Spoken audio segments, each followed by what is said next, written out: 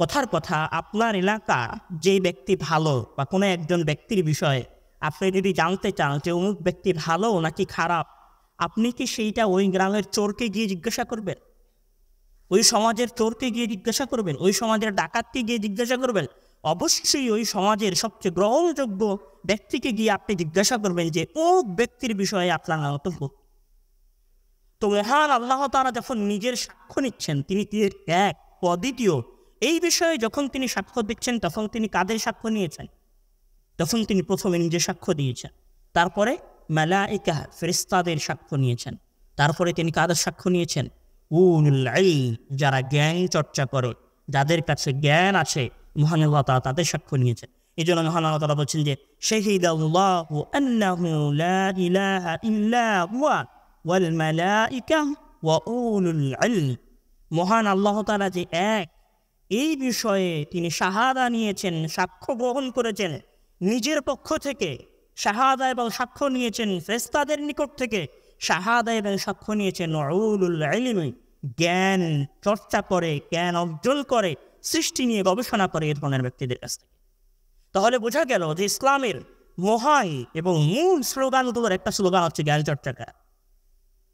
এবং জ্ঞানটা যে শুধু দুনিয়াবী জ্ঞান নয়, এই জ্ঞানটা যে দ্বীনি জ্ঞান, এবং এই জ্ঞানটা যে বিজ্ঞান, সায়েন্স, টেকনোলজির জ্ঞান, তার যদি আরও দুই একটা আমরা প্রমাণ দিতে চাই, তাহলে আমরা বলতে পারি যে মহান আল্লাহ তাআলা পবিত্র কোরআনের মধ্যে অসংখ্য জায়গায় বলেছেন, সৃষ্টির দিকে দেখার কথা বলেছেন।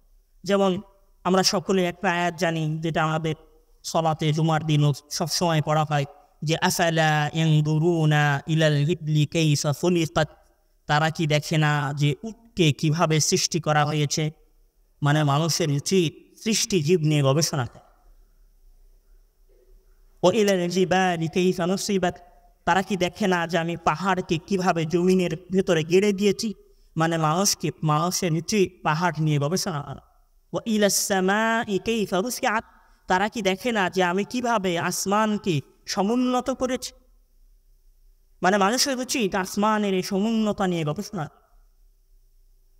মহান আল্লাহ তাআলা পবিত্র কোরআনের মধ্যে সূরা নাবার মধ্যে পুরো সূরা নাবার, আলাম নাজআলিল আরদা মিহাদা ওয়াল জিবালা আওতাদা ওয়া খালাকনাকুম আজওয়াজা ওয়া জাআলনা নাওমাকুম সুবাতা ওয়া জাআলনা আল-লাইলা লিবাসা ওয়া জাআলনা আন-নাহারা মাআশা ওয়া বানাইনা ফাওকাকুম সাবআ শিদাদা।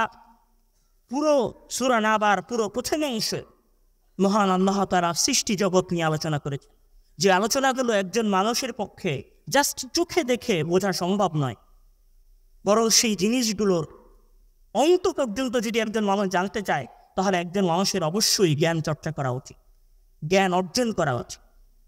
এবং এইখানে এই আলোচনার যেটা একটা মূল টপিক, সেটা হচ্ছে যে আজকে আমরা অনেকেই মনে করি, বা পাশ্চাত্য বিশ্ব আমাদের যেটা শিক্ষা দিয়েছে, সেটা হচ্ছে যে ইসলাম যে কথাটা বলে সেটা হচ্ছে জাস্ট মসজিদে সালাত আদায় করা, জাস্ট সালাত, সিয়াম, হজ, যাকাত পালন করা, এর বাইরে আর ইসলাম অন্য কোনো কিছু নিয়ে বলে না। আমরা সেই বিষয়ে আমাদের পরবর্তী আলোচনায় জানতে পারবো যে ইসলাম আসলে বিজ্ঞান, সায়েন্স, টেকনোলজি নিয়ে কী বলে, বা ইসলামের কি সমুজ্জ্বল ইতিহাস রয়েছে। এই আলোচনার যে অংশটা ফুটে উঠল, যে ইসলামের একটা মূল স্লোগান ছিল রাসূল সাল্লাল্লাহু আলাইহি ওয়াসাল্লামের যুগে এবং তার পরবর্তী যুগে, ইসলামের মূল স্লোগান, মূল ডায়লগ, মূল আদর্শ, মূল কথা, মূল দাওয়াত ছিল জ্ঞান চর্চা করা।